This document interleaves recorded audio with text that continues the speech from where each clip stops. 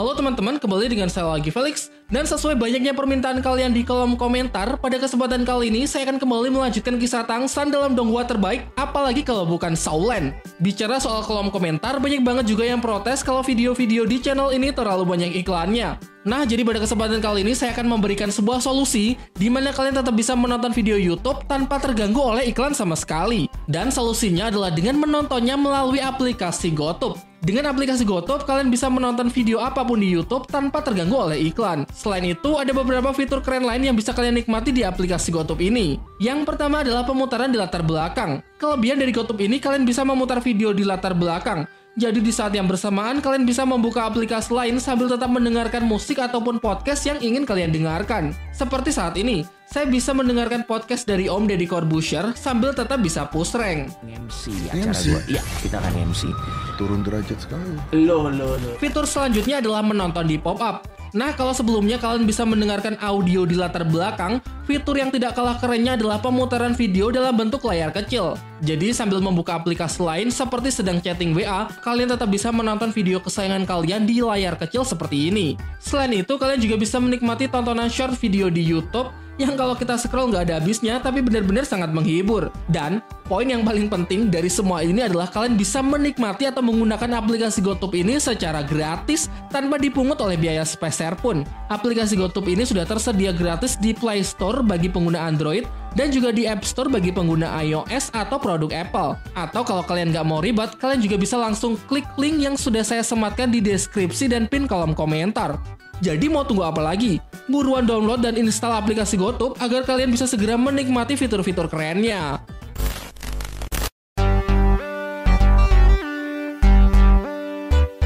Halo teman-teman, kembali dengan saya lagi Felix, dan sesuai banyak permintaan dari para subscriber setia, maka pada kesempatan kali ini saya akan melanjutkan kisah Tangsan dalam donghua terbaik sepanjang masa, apalagi kalau bukan Saulen. Tapi kita recap pada bagian sebelumnya terlebih dahulu ya.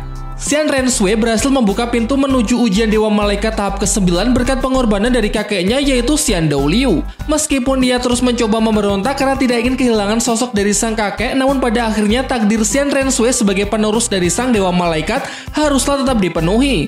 Sementara itu, Tangsan yang sadar bahwa dirinya masih belum cukup kuat memutuskan untuk segera berangkat menuju ke Pulau Dewa Laut demi melanjutkan ujian dewanya. Sebelum berangkat, ia sempat mendapatkan pelatihan dari ayahnya untuk mempelajari teknik rahasia Sekte Hao Tian, yaitu kultivasi teknik Sumeru.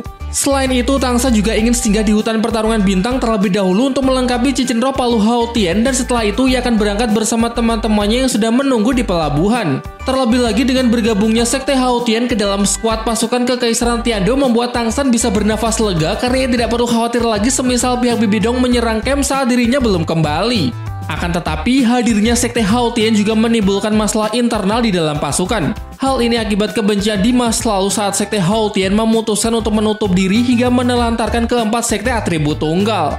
Namun seperti biasa, sebelum kita lanjut ke pembahasannya, saya akan selalu memberikan peringatan spoiler warning bagi kalian yang belum dan ingin menyaksikan donghua-nya secara langsung karena konten kali ini pasti akan mengandung banyak spoiler. Saya sarankan untuk menontonnya terlebih dahulu secara langsung di aplikasi WeTV ya. Dan baiklah, tanpa berlama-lama lagi, kalau kalian sudah siap, mari kita mulai.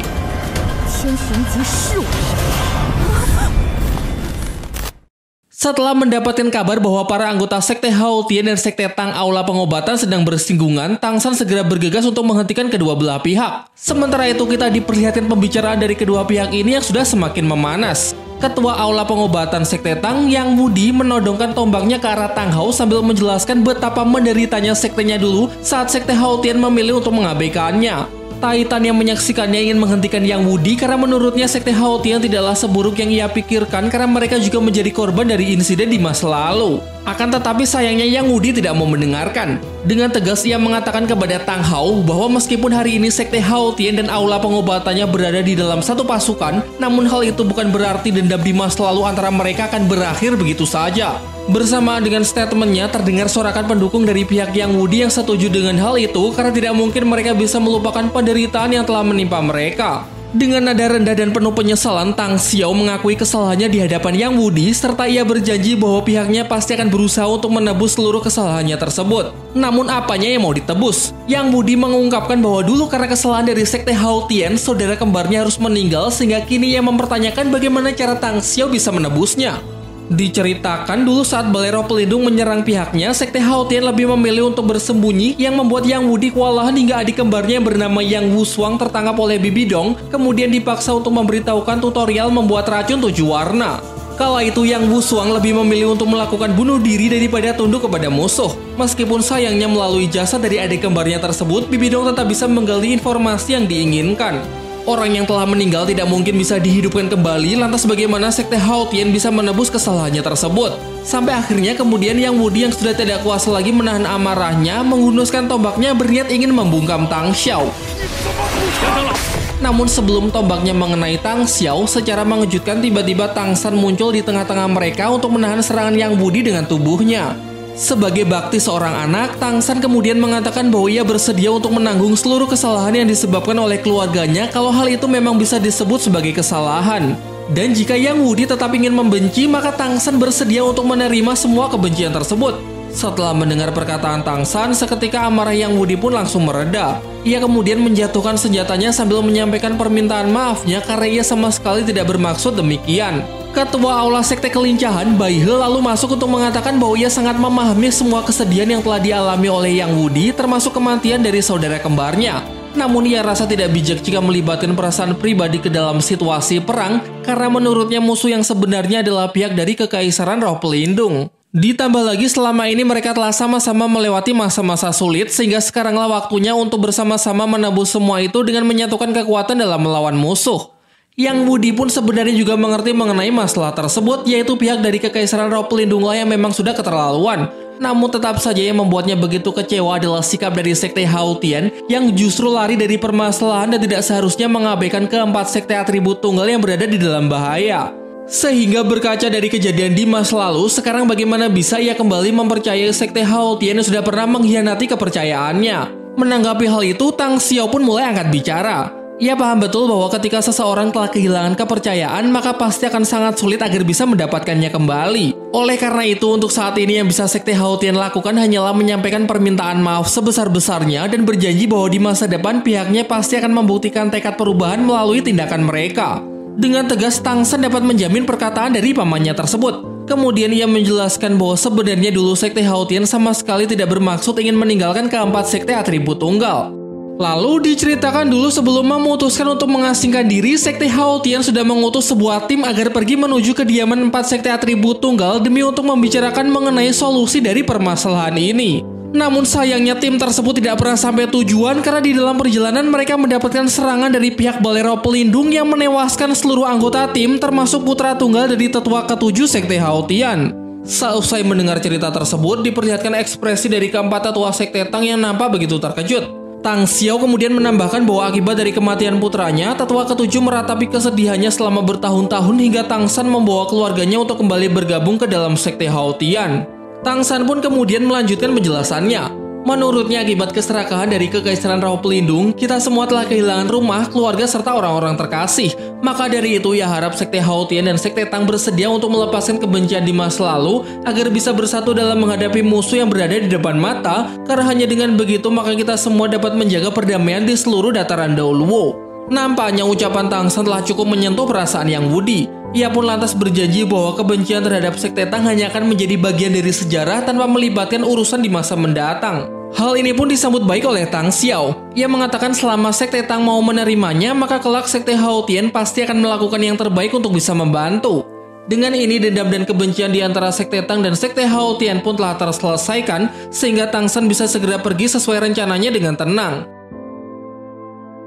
Singkat cerita, pada keesokan paginya Tang San berpamitan dengan teman-temannya karena sesuai rencana sebelum berangkat menuju ke Pulau Dewa Laut terlebih dahulu ia akan melengkapi cincin roh Palu Hao Tian di hutan pertarungan bintang. Tidak lupa juga Oscar membekalinya dengan sejumlah barang dan makanan dari teknik roh pelindungnya yang mungkin nanti bisa membantu Tang San di dalam perjalanannya.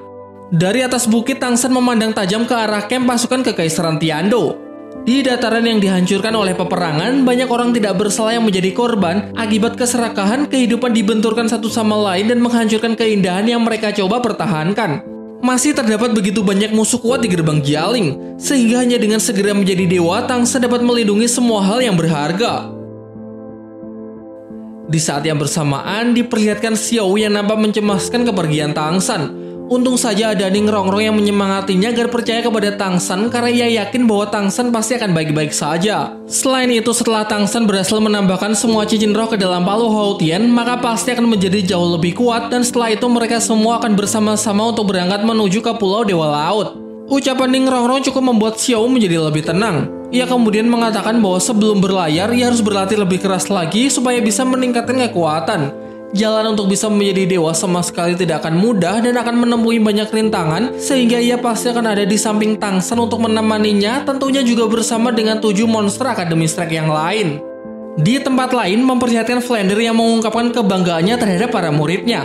Sambil menggenggam erat benda peninggalan almarhum guru Xingming, Flander mengatakan bahwa sebagai seorang guru, sekarang sudah tidak banyak yang bisa ia lakukan selain mendoakan mereka agar selalu diberi kemudahan dan keselamatan. Bicara soal guru Xingming, beliau telah mengorbankan nyawanya untuk menyelamatkan beberapa murid Akademi Strike dari kejaran Master Daulo Hantu. Sehingga atas jasanya yang begitu besar, guru Liu Erlong ingin memberikan pemakaman yang layak kepada almarhum nanti ketika perang benar-benar sudah berakhir. Scene kemudian beralih dengan memperlihatkan Xian Renshui yang telah berhasil membuka pintu menuju ujian Dewa Malaikat tahap terakhir. Meski demikian, ia terlihat kurang senang karena masih tidak bisa terima dengan pengorbanan yang telah dilakukan oleh kakeknya demi membuka tahap ujian ini. Namun sang kakek sama sekali tidak ragu dengan pengorbanannya. Ia hanya berpesan kepada cucunya tersebut bahwa tidak peduli seberapa berat penderitaan yang akan ia alami, Xian Renshui harus berhasil menjadi Dewa Malaikat. Karena ini merupakan tugas yang sudah lama diberikan oleh suku malaikat untuknya. Terakhir, Xian Daoliu menyampaikan permintaan maafnya kepada Xian Renshui karena ia terus saja memberinya tanggung jawab, terlebih lagi ia juga kini tidak akan bisa menemaninya lagi. Sesaat setelahnya, terdengar suara dari sisi gelap Xian Renshui yang menjelaskan bahwa inilah gerbang penerus Dewa Malaikat yang telah dibuka dengan nyawa kakeknya. Dan jika sampai Xian Renshui menyerah sampai di sini, maka pengorbanan dari kakeknya akan menjadi sia-sia.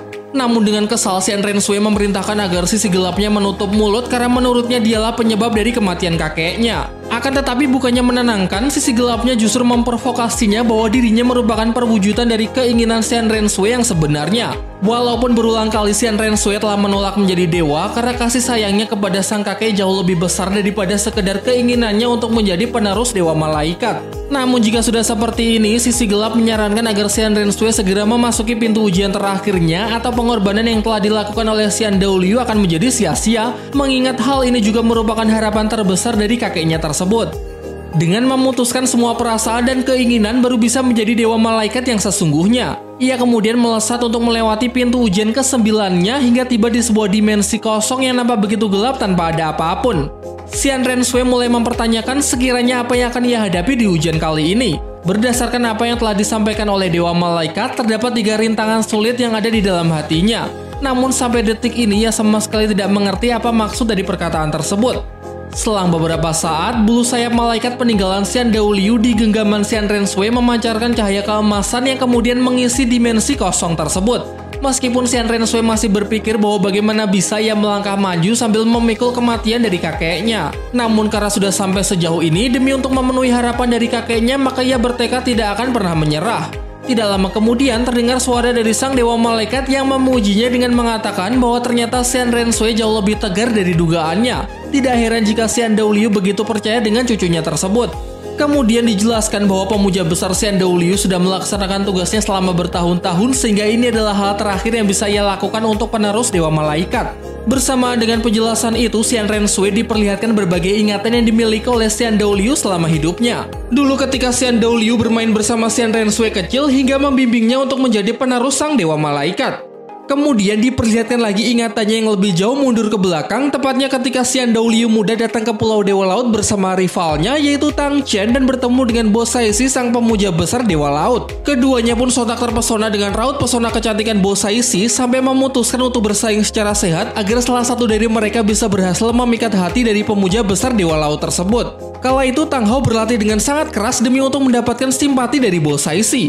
Dan singkat cerita, Xian Daoliu akhirnya sadar bahwa ia telah kalah dari Tang Xiao karena ternyata Bo Saixi lebih terobsesi dengan pendiri sekte Haotian tersebut ketimbang dirinya. Dalam scene sparring pertarungan mereka diperlihatkan bahwa Xian Daoliu mengakui kehebatan Tang Chen sebagai satu-satunya rival abadi yang mampu menyainginya. Meski sampai detik ini mereka tetap tidak bisa menentukan siapakah pemenangnya, namun Xian Daoliu mempunyai keyakinan bahwa suatu saat ia pasti bisa mengalahkannya walaupun ia tidak bisa melakukannya semasa hidup, tetapi kelak di masa depan akan ada keturunannya yang akan mampu melakukan hal itu untuknya. Sementara itu, setelah melihat persaingan antara kakeknya melawan Tang Chen, sang pendiri sekte Haotian, membuat Xian Renshui berpikir bahwa suku malaikat dan sekte Haotian memang sudah berselisih sejak awal. Menurutnya ini sudah pasti merupakan sebuah takdir di mana ia dan Tang San memang harus bertarung demi untuk menuntaskan perselisihan di masa lalu.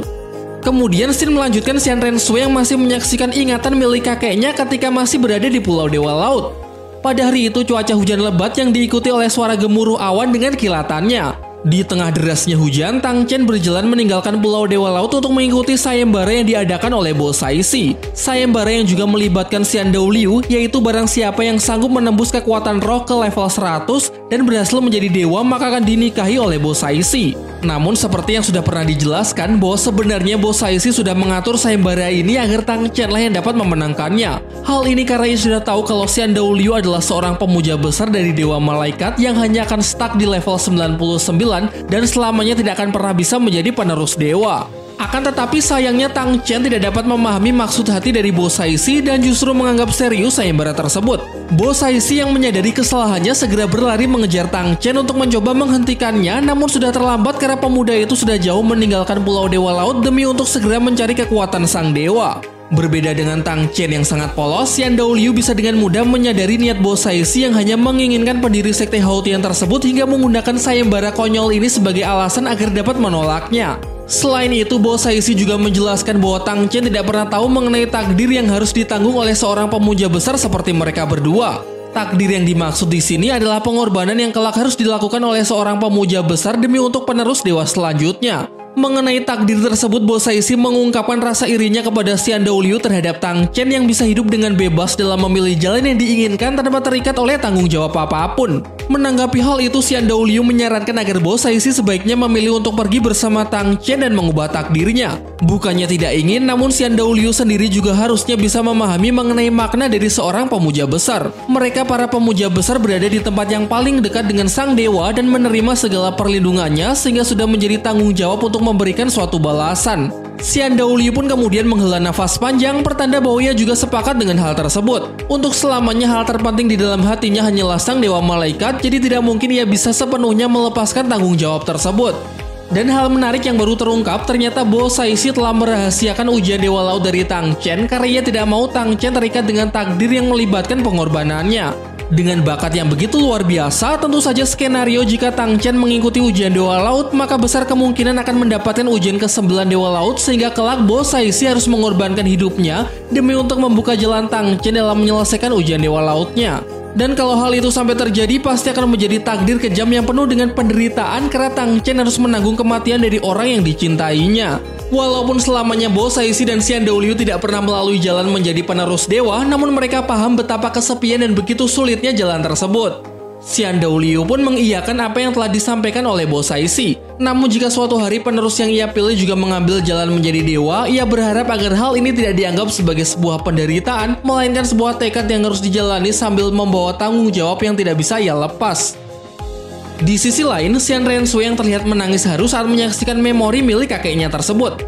Ia kemudian bangkit dan meminta kakeknya agar tidak perlu mencemaskannya. Ia berjanji bahwa ia pasti akan membawa harapannya dan menjalani ini semua dengan tegar. Ia akan menjadi yang terkuat mengalahkan Tang Chen meskipun kesempatan bertemu tidak akan datang, namun keturunannya juga akan tunduk di bawah pedang malaikatnya. Sementara Xian Renshui akan melaksanakan ujian dewa tahap terakhir demi mewujudkan harapan dari kakeknya, di sisi lain Tang San kini telah sampai di area hutan pertarungan bintang. Mengingat salah satu syarat dalam ujian Dewa Laut tahap ke-8 adalah melatih kedua roh pelindung sampai mencapai tingkat 9 cincin roh dan mengumpulkan seluruh tulang roh untuk membunuh Raja Paus Iblis Dalam. Hingga sejauh ini, roh pelindung Palu Hao Tian baru mempunyai 3 cincin roh dan asalkan perjalanan kali ini bisa meningkatkan jumlahnya sampai 8 cincin, maka untuk cincin roh ke-9 bisa didapatkan setelah membunuh monster laut tersebut. Terlebih lagi, cincin dan tulang roh dari monster yang mendekati tingkat kultivasi jutaan tahun pasti akan mampu meningkatkan kekuatannya secara drastis. Dengan demikian, ia pasti juga akan lebih yakin dalam menghadapi Bibi Dong dan seluruh pemuja di Kekaisaran Roh Pelindung. Namun sekarang yang paling penting adalah segera mengumpulkan 5 cincin roh untuk mengisi roh pelindung Palu Hao Tian. Akan lebih baik jika mendapatkannya dari monster roh yang bertipe kekuatan karena dapat membantu proses latihan kultivasi Palu Sumeru berikutnya. Setelah memasuki wilayah hutan lebih dalam, Tang San mulai dapat merasakan gejolak aura kegelapan yang sangat kuat, disertai dengan para monster roh tingkat rendah yang berlarian menjauh dari pusat ledakan aura. Diikuti oleh rasa penasarannya, Tang San tetap berjalan maju mendekat walaupun tahu bahwa nampaknya aura ini sangatlah membahayakan. Dan benar saja, tidak jauh dari lokasinya ia melihat jasad seekor monster dengan tubuh yang sudah melebur setengah akibat tak kuasa menahan aura kegelapan yang terus menyebar dengan begitu kuat. Tidak ingin ambil resiko, Tang San pun juga menggunakan auranya untuk memeriksa apa yang sebenarnya ada di depan sana karena terlalu berbahaya jika ingin mendekatinya secara langsung.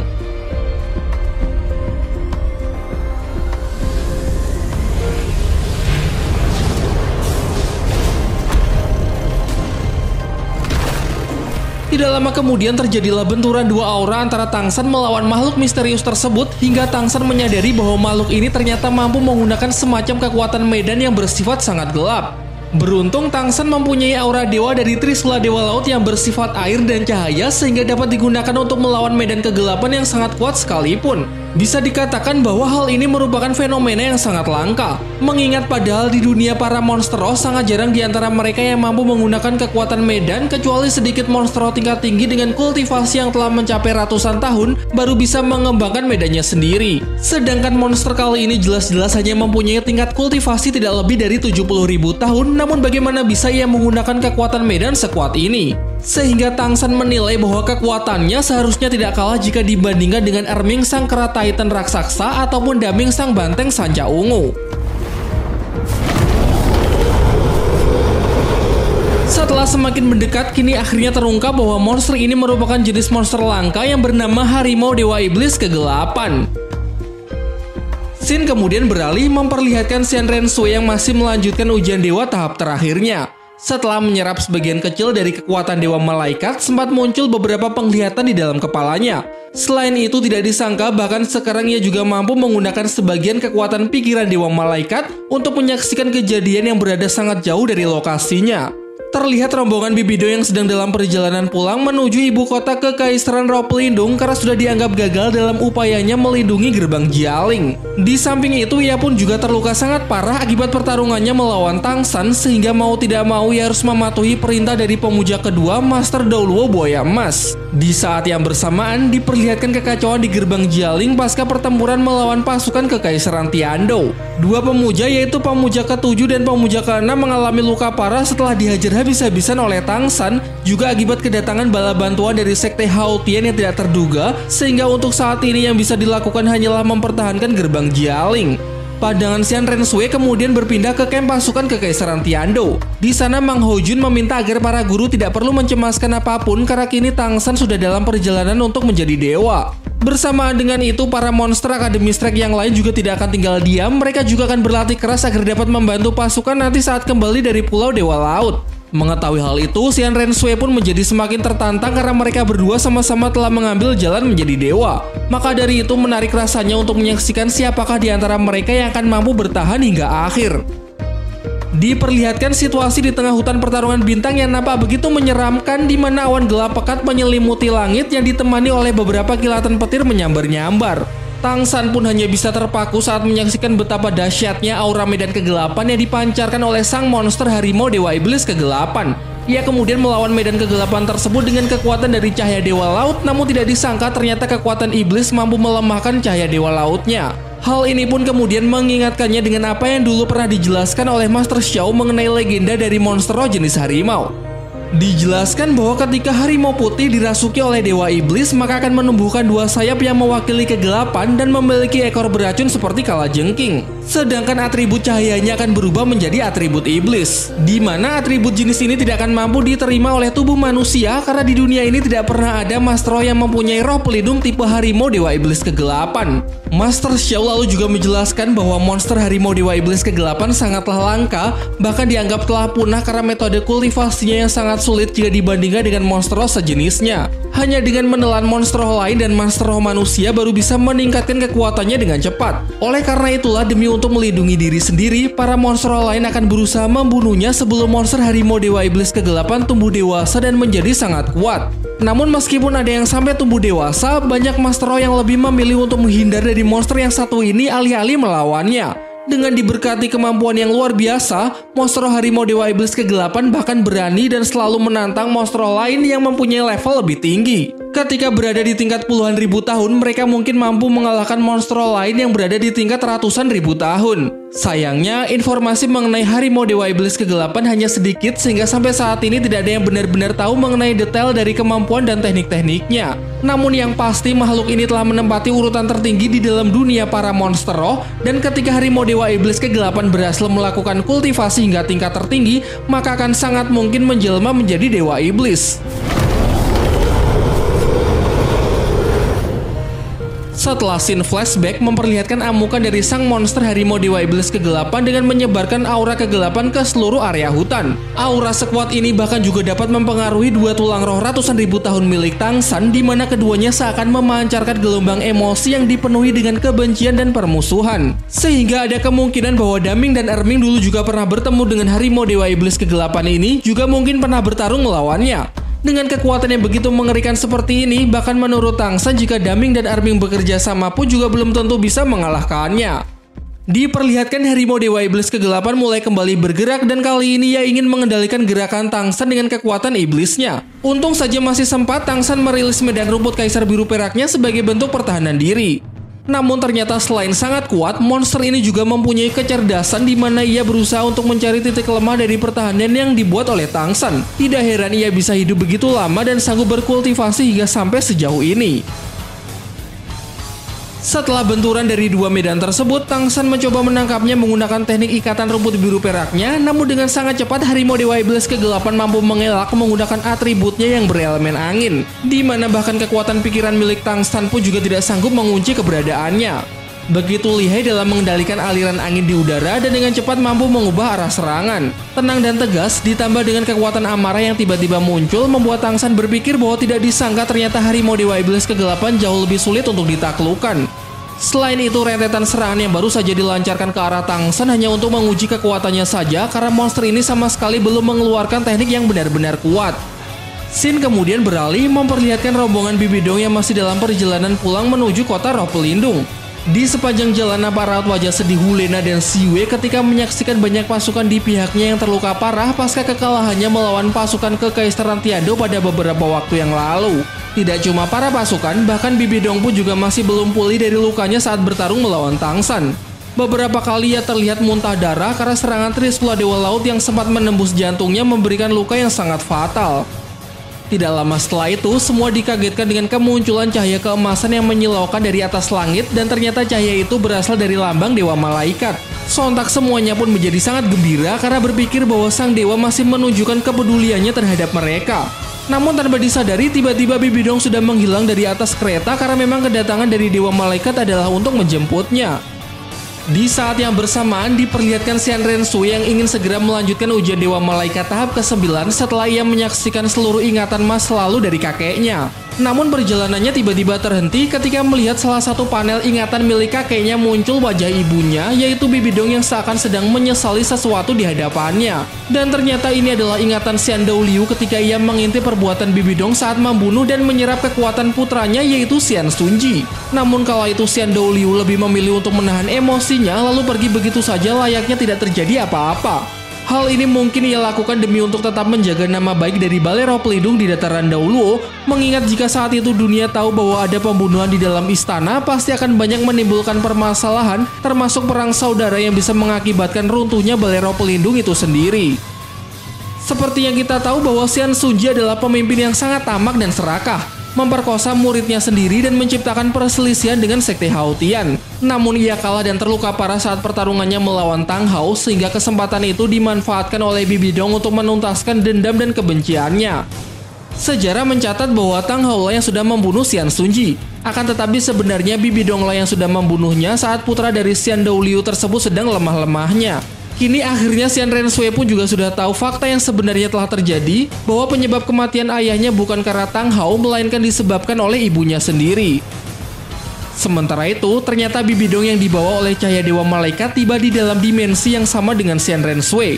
Ia masih tidak menyadari di manakah ia berada, bahkan di tempat ini luka-luka di tubuhnya pun juga dapat pulih dengan begitu cepat. Di tengah kebingungannya, tiba-tiba muncul Xian Renshui yang langsung meminta penjelasan dari ibunya tersebut mengenai bagaimana ayahnya bisa meninggal. Tanpa berniat ingin menyangkal, Bibi Dong justru menunjukkan senyum di wajahnya, kemudian mengakui kalau dirinya lah yang memang sudah membunuh mendiang suaminya. Dan tidak hanya itu, ia juga menantang Xian Renshui untuk bertarung melawannya jika sekarang putrinya tersebut ingin membalas dendam.